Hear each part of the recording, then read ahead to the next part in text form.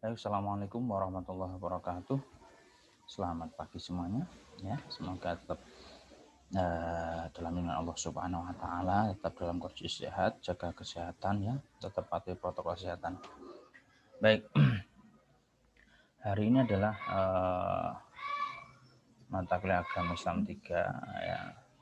Materinya adalah tentang bagaimana cara berdakwah di era milenial ya. Tentu hari ini kita sangat sangat banyak sekali menjumpai bagaimana seorang itu berdakwah namun ya syarat dan minim akan etika. Saya pernah memberitahu bahwasanya ya ini saya matikan dulu WhatsApp nih, ganggu ternyata ya.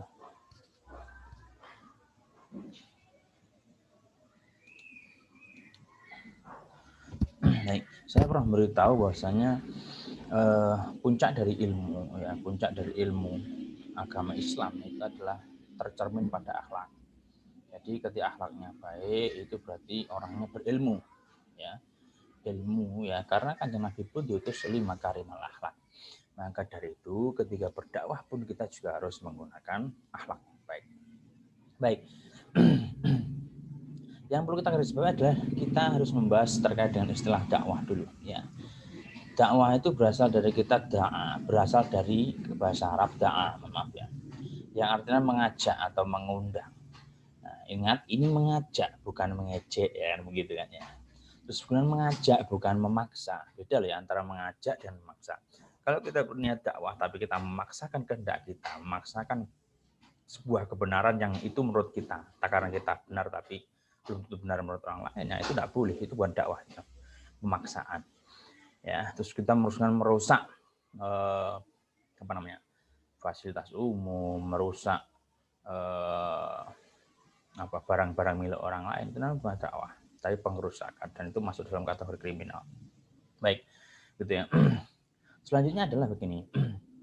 Jadi dakwah atau berdakwah itu bagaimana, apalagi tantangan di era milenial ya. Tadi secara istilah ya, sekarang secara definitif ya. Dakwah itu merupakan suatu aktivitas atau kegiatan yang bersifat menyeru atau mengajak kepada orang lain untuk mengamalkan ajaran Islam. Ya. Ingat ya, Gusti Allah adalah begini ya. A'udzubillahi minasyaitonir surat Al-Fussilat ya, ayat 33. Wa man ahsanu qawlan mimman da'a ilallah wa amila sholihan ya. Wa qala innani minal muslimin. Artinya apa? Ya, siapakah yang lebih baik perkataannya daripada orang-orang yang menyeru kepada Allah ya. Jadi da'a ilallah, yaitu orang-orang yang mengerjakan amal soleh ya, dan berkata sungguhnya aku orang-orang yang berserah diri ya, atau taslim ya. Muslim taslim itu orang yang pasrah atau berserah diri. Ya, kita bisa melihat tafsir ya, tafsir dari Al-Miyasar karangan Asy-Syaibuni ya. Itu begini ya. Tidak ada yang lebih bagus perkataan daripada orang-orang yang mengajak kepada tauhidnya, kepada Allah, dan menyembah semata-mata karena Allah. Ingat, jadi bahwasanya mengajak untuk bertauhid, artinya tidak boleh menyekutukan Allah. Ya. Jadi kita mengajak kepada agama tauhid. Nah, itu berarti kita berdakwah, apalagi dakwah dengan cara Islam ya. Jadi mengajak kita untuk tidak mensekutukan Allah. Artinya bagaimana ya? Cara mengajak ini juga bervariatif ya. Kemudian ada lagi yang kedua apa tadi? Lupa saya. Ada ya, dengan amal solih. Jadi begini, ya, mengajak dengan amal solih. Ya, dulu ya Nabi Musa ketika mendakwai Raja Fir'aun. Ya. Raja Fir'aun itu adalah raja yang paling zalim. Tidak ada yang lebih zalim daripada Raja Fir'aun. Kenapa? Karena kamu tahu tentunya ya, kalau di Indonesia ini paling mentok ngaku nabi ya, mentok ngaku malaikat kan begitu ya. Tapi Fir'aun ini tidak, bukan nabi, bukan malaikat, ngaku Tuhan. Ini kan masalah ini ya. Jadi si Fir'aun ini ngaku bahwa dirinya adalah Tuhan. Jadi ini sebuah masalah yang besar ya. Kita mentok-mentok dolim paling ngaku nabi, ngaku malaikat, tapi Fir'aun ini ngaku Tuhan. Nah ini jadi masalah. Baik. Itu pun ketika Nabi Musa diperintah ya untuk berdakwah kepada si Fir'aun ya, itu Nabi Musa itu harus berdakwah dengan cara yang baik atau bil mau'izatil hasanah. Nggak boleh langsung kamu kafir, kamu penyembah berhala, itu nggak boleh. Malah nggak tertarik, malah lari orangnya. Nah, sekarang fenomena hari ini orang berdakwah itu malah senengannya ngafir-ngafirno orang yang sudah Islam. Ya kan? Bahkan dia memusuhi orang-orang muslim yang mungkin tidak sejalan dengan torikohnya, tidak sejalan dengan iktikadnya, tidak sependapat dengan dia, dianggap sebagai orang muslim. Ingat ya, dianggap sebagai orang yang kafir atau kadang juga munafik kan gitu. Nah, itu yang jadi masalah.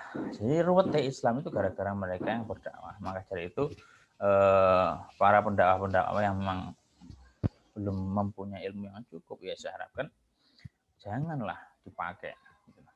Karena kenapa? Karena fatwa-fatwanya itu bisa tambah bikin runyam, bikin ruwet, ya dalam konteks kita bernegara dan beragama tentunya ya. Baik, gitu ya. Terus begini ya. Jadi setelah kita tahu definisi dari dakwah ya tadi, saya bacakan ya. Dakwah juga merupakan proses penyampaian ajaran Islam yang dilakukan secara sadar dan sengaja. Artinya perlu ya kita menyengaja niat, artinya niat untuk berdakwah untuk dalam proses penyebaran agama Islam. Dakwah juga suatu aktivitas pelaksanaan bisa dilakukan dengan berbagai cara atau metode. Ya. Baik. Jadi sudah kita bahas ya, jadi definisinya itu. Kemudian dakwah itu adalah bagaimana kita mengajak kepada syariat Islam, ya, mengajak pada syariat Islam. Jadi guru-guru ngaji yang mungkin di pelosok-pelosok desa ya, yang mengajarkan alif ba'ta, yang mengajarkan doa-doa, mengajarkan sholat, mengajarkan bagaimana tata cara wudhu, itu juga merupakan orang-orang yang memang the real of dakwah. Dakwah yang sebenarnya seperti itu. Jadi bagaimana yang belum mengerti jadikan mengerti. Jangan malah yang sudah Islam dijadikan membenci sama Islam. Nah itu bukan dakwah. Jadi ketika kamu menjumpai ada seorang ceramah terkait dengan bagaimana memprovokasi ya untuk benci kepada pemerintah, benci kepada aparat penegak hukum, itu bukan dakwah, itu provokator ya. Nah, sifatnya ngomongnya namanya provokatif ya. Jadi jangan tinggalkan saja majelisnya, tidak apa-apa. Kenapa? Karena isinya cuma mencaci sana sini. Nah, itu yang repotnya. Terus kemudian ya saya harapkan para mahasiswa ini juga paham, artinya jangan hanya melihat ya dakwah ya di YouTube atau mungkin di Google yang tidak jelas dari mana mereka dapat ilmunya, siapa mereka, kita belum tahu seluk-beluknya. Nah, gitu. Kalau di YouTube ya tidak apa-apa, di YouTube saya maksudnya kan sudah jelas dosanya siapa, orangnya bisa dipertanggungjawabkan kan begitu. Nah, terus kemudian kalau ada apa-apa bisa diajak berdiskusi, dicari sumbernya begitu. Jadi kita harus pilih-pilih. Artinya sanad keilmuan itu harus jelas. Gitu. Jadi sanad dari mana? Contoh ya saya, mohon maaf ya. Jadi bukan pamer, tapi memang harus ada sanad ya. Karena keilmuan harus ada sanad. Saya dulu dapat dari guru saya di Lirboyo, gitu. Guru saya di Lirboyo dapat dari guru-gurunya yaitu muassis pesantren Lirboyo, Mbah Yai Manaf atau Mbah Yai Abdul Karim. Mbah Yai Abdul Karim dari mana? Mbah Yai Abdul Karim itu dari Syekhona Khalil Bangkalan dan juga dari mertuanya tentunya di Jampes. Nah, Syekhona Khalil Bangkalan dapat ilmu dari mana? Syekhona Khalil Bangkalan dapat ilmu dari Syekh Mahfud At-Tarmasi di Makkah sana. Itu beliau dapat ilmu dari mana? Dari pengarang I'anatul Thalibin Said Abu Bakar Shatto sampai Kanjeng Nabi. Nah, itu kan jelas. Artinya mata rantai keilmuan itu musalsal ya. Sanad keilmuannya musalsal ila Rasulullah sallallahu alaihi wasallam. Artinya bisa bertanggung jawab. Kan begitu. Kalau mungkin kamu hanya cari dakwah-dakwah di YouTube yang tidak bisa dipertanggungjawabkan keilmuannya, ya tentu itu bahaya itu nantinya, gitu ya. Baik. Hari ini ketika kita ngomong di era milenial, tentu ya dakwah itu adalah bagaimana kita mampu mengajak melalui media. Contohnya seperti hari ini. Ya, saya mengajak kalian untuk belajar, mengajak kalian untuk sinau. Itu menggunakan apa? Menggunakan media. Tentunya ada sosial media. Ya, jadi sosial media itu tiba pisau. Kalau kita gunakan untuk bunuh orang, nusuk orang, itu bahaya. Tapi kalau kita gunakan untuk hal-hal yang positif, contohnya itu kita menyebarkan konten-konten positif, menyebarkan pola-pola pikir keagamaan yang bagus, itu juga akan memberikan efek yang luar biasa. Artinya pahalanya pun juga menjadi pahala jariah. Ya, ingat loh ya. Jadi ini harus berhati-hati di medsos seperti itu. Kalau kamu menghasilkan sesuatu yang positif, kemudian menimbulkan reaksi-reaksi positif, mengajak orang pada kebaikan, mengajak orang untuk tidak marah-marah, mengajak orang tidak membuka aib orang lain, nah itu juga termasuk hal yang positif yang akhirnya menjadikan menjadikan sebuah jariah amal bagi kalian, begitu. Jariah itu apa? Bahwasanya sesuatu yang mengalir. Jadi contoh kalian jariahnya jariah bagus, berarti pahalanya mengalir toh meskipun kalian sudah meninggal. Gitu.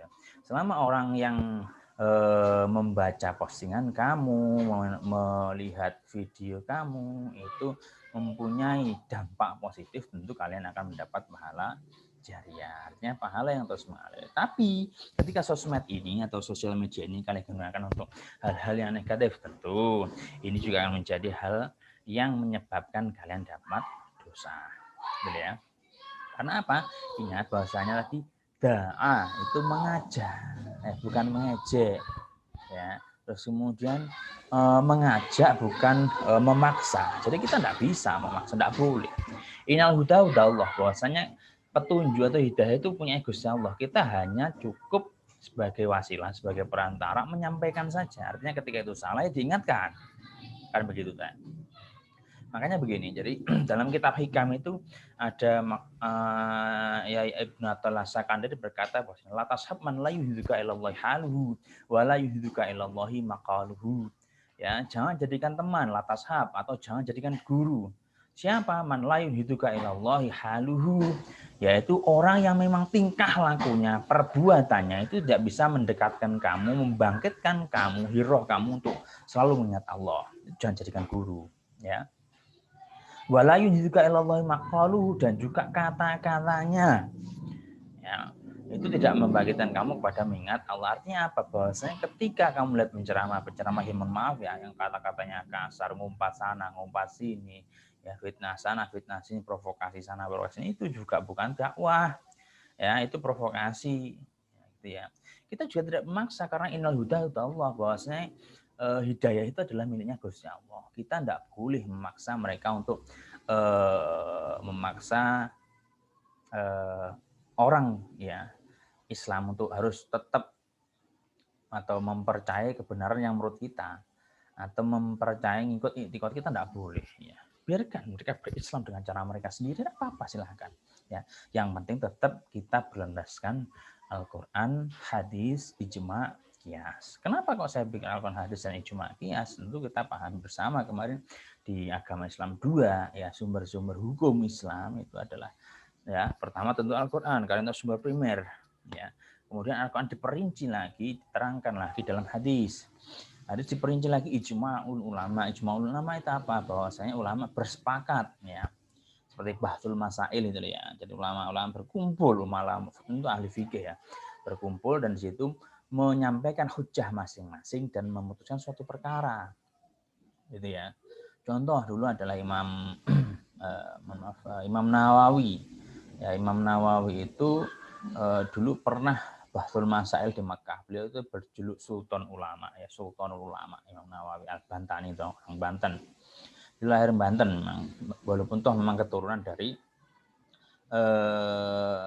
Kanjeng Nabi ya, keturunan dari Kanjeng Nabi, tapi dari silsilah kalau nggak usah dari mbah-mbah beliau ya.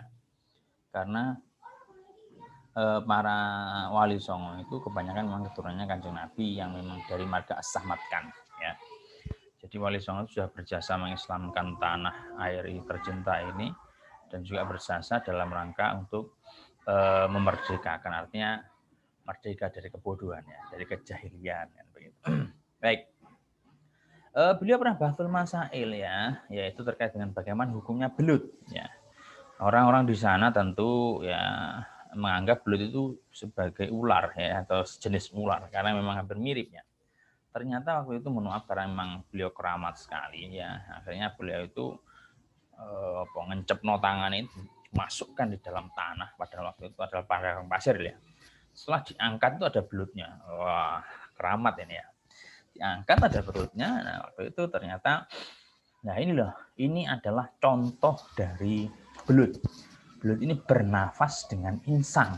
Nah jadi, dan belut ini tidak bisa hidup di darat, dia hidupnya ya di rawa atau di air. Kalau dia di taman dekek di lapangan begitu mati dia.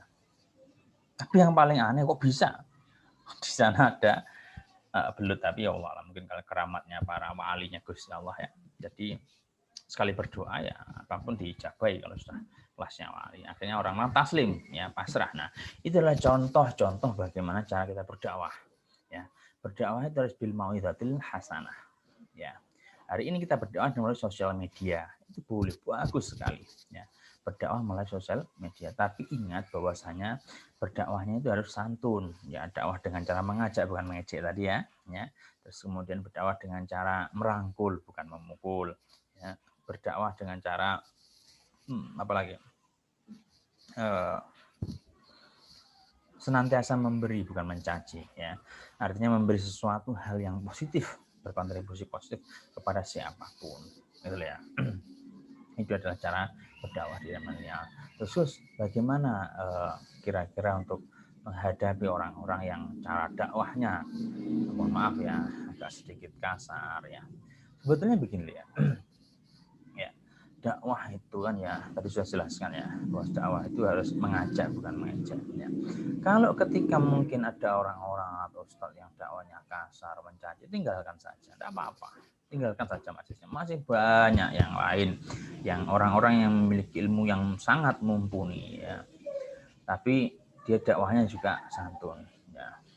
Memang kebanyakan orang-orang yang dari background pesantren itu kebanyakan tawadu, artinya tawadu itu saya tidak mau lah, saya tidak mampu. Nah, kebanyakan begitu.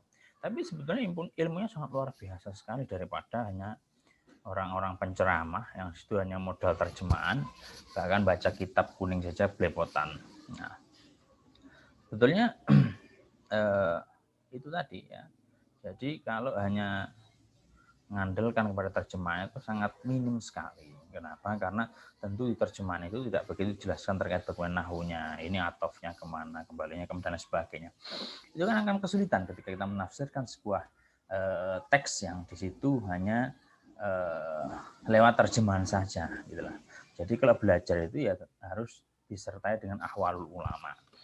Jadi contoh gini, kalau mungkin saya sebagai dosen tingkah laku saya kurang ajar, jangan ditiru gitu ya, jangan ditiru, karena dia latasat man la yudhika ilallah haluhu. Kalau perbuatannya ternyata hanya seperti itu, ngerepotnya wong, kemudian ngarai ngisro, jangan ditiru, artinya jangan jadikan guru mereka seperti itu gitu ya. Itu penting sekali dan perlu dipahami bagi teman-teman mahasiswa hari ini ya. Jadi penting ya, dakwah itu penting, cuma ya tadi tetap harus dakwah itu mengajarkan kepada ta'awun 'alal birri wat taqwa, saling mengingatkan dengan kebaikan dan juga takwa. Terus kemudian dakwah juga mengajak kepadanya nahyil mungkar, tapi ingat bahwasanya ketika kita nahyil anil mungkar atau kita mencegah kemungkaran itu jangan dengan kemungkaran ya, tapi harus nahyil mungkar bil ma'ruf ya. Makanya dakwahnya gitu tadi, dakwah bil ma'ruf, nahyil mungkar bil ma'ruf gitu ya. Kemudian amar ma'ruf bil ma'ruf gitu ya. Kenapa kok seperti itu ya? Karena begini ya.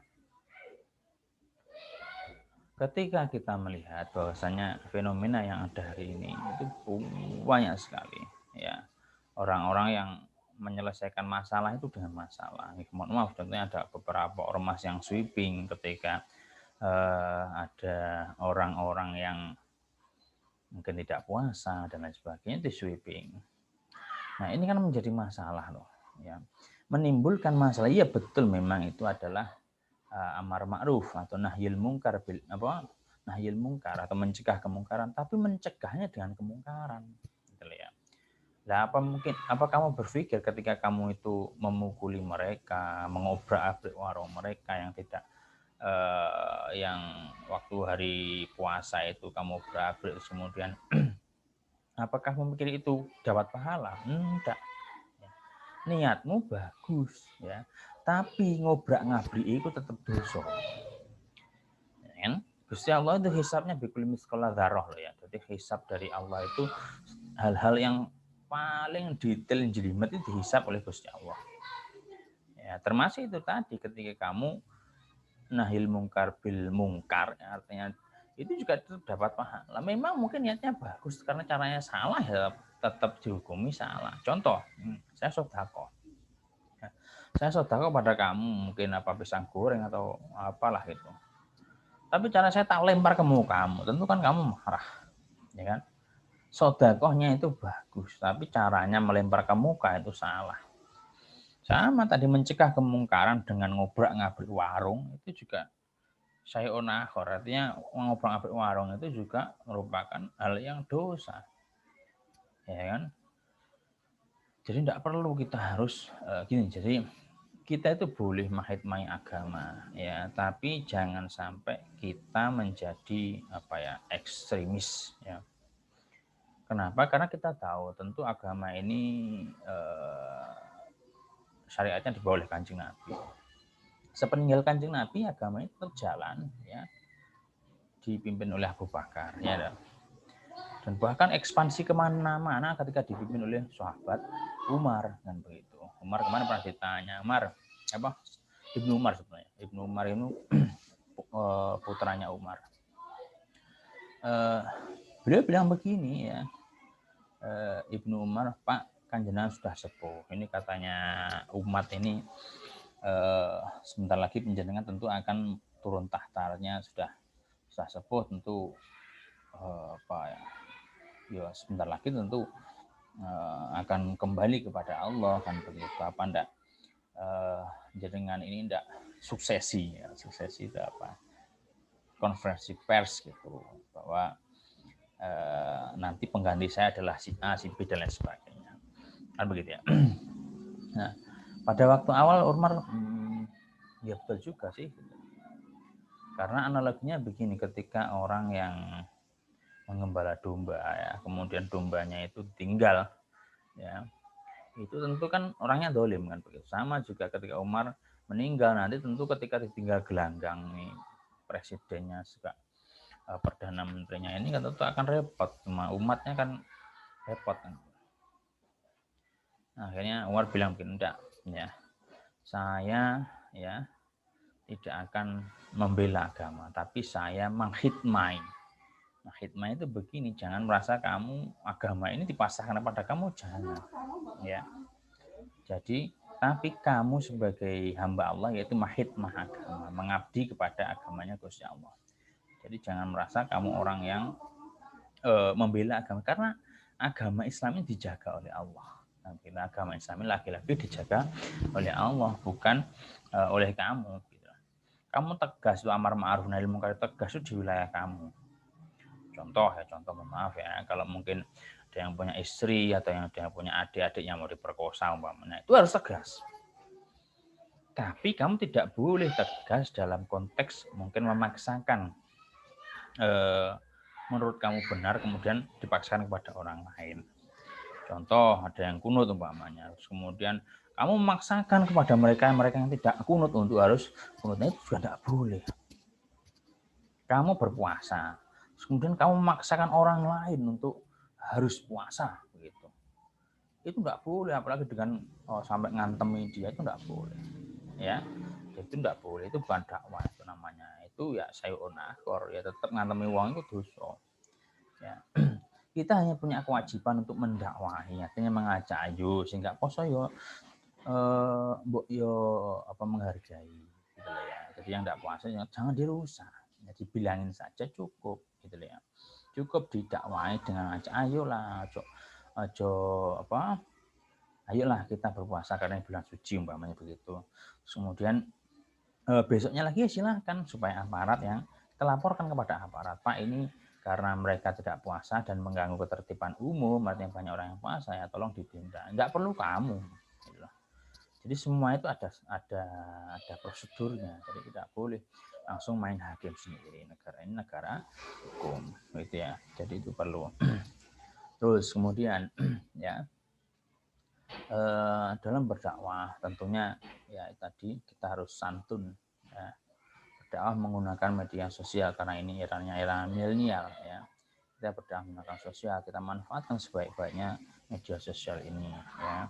Kemudian ya saya sarankan kepada kalian semuanya mahasiswa ya yang kita follow lah media-media sosial mungkin kayak ya Mustafa Bisri atau Gusmus Channel itu, mungkin Gus Muafiq, Gus Nazir Sahusen, terus kemudian Habib Lutfi bin Yahya. Kenapa kok gitu? Karena tentu kita tahu ya ceramah-ceramah beliau itu jelas ya, ceramahnya dengan santun, dakwahnya dengan cara santun, tidak pernah dakwah dengan mungkin gebrak-gebrak mejo atau mungkin dengan ngangkat senjata atau mungkin dengan maki-maki. Saya belum pernah ya.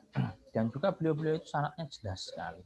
Artinya syarat keilmuan beliau itu santrinya siapa, gurunya siapa dulu, ya itu semuanya jelas. Maka itu saya harapkan panjenengan semua monggo ya kita berdakwah dengan cara yang baik, berdakwah dengan cara yang api supaya apa? Supaya ke depan ketika apa namanya Islam ini memang dijaga Allah ya, tapi ya kita boleh menghikmati agama dengan cara dakwah bil ma'ruf, kemudian mengajak dengan kebaikan, mencontoh nih ya, karena begini ya, kalau dalam taklimul muta'alim itu kan dikatakan bahwa lisanul hal afsahul min lisanil maqal. Jadi contoh itu dengan haliah perbuatan itu lebih manjur, lebih mujarab daripada dengan hanya perkataan. Jadi kalau kamu senangannya berdakwah tapi akhlakmu ternyata di dunia nyata jelek, yaitu orang-orang juga akan minim simpatinya gitu ya. Jadi ketika akhlakmu bagus ya, kelakuanmu bagus, terpuji, nah tentu orang-orang juga akan simpati kepada kalian. Dan akhirnya Islam itu akan mudah disebarkan. Gitu ya. Kalau menyebarkan dengan cara garang, tentu wajah Islam ini juga akan ikut garang. Oh ternyata Islam seperti itu ya, saling pukul-pukul gitu. Kalau ada yang tidak lakukan langsung dipukul, seperti itu. Nah, itu orang-orang di luar Islam akan tidak mau lah saya. Ketika melihat wajah Islam yang sangat garang itu, apalagi kita menyakiti non Muslim ya. Ketika kita menyakiti non Muslim, mungkin hari ini kita minoritas di sini ya. Di Pulau Jawa ini mayoritas adalah Muslim ya. Tapi kita juga harus tahu bahwa di luar sana, baik di luar Pulau Jawa maupun di luar negeri, itu ada saudara-saudara kita yang minoritas ya. Kalau mungkin hari ini kita menindas saudara-saudara kita yang non-Muslim, kita tindas, kita persekusi, tentu orang-orang yang di sana yang Muslimnya minoritas tentu juga akan mendapat efeknya, akan mendapat imbasnya dari apa tadi?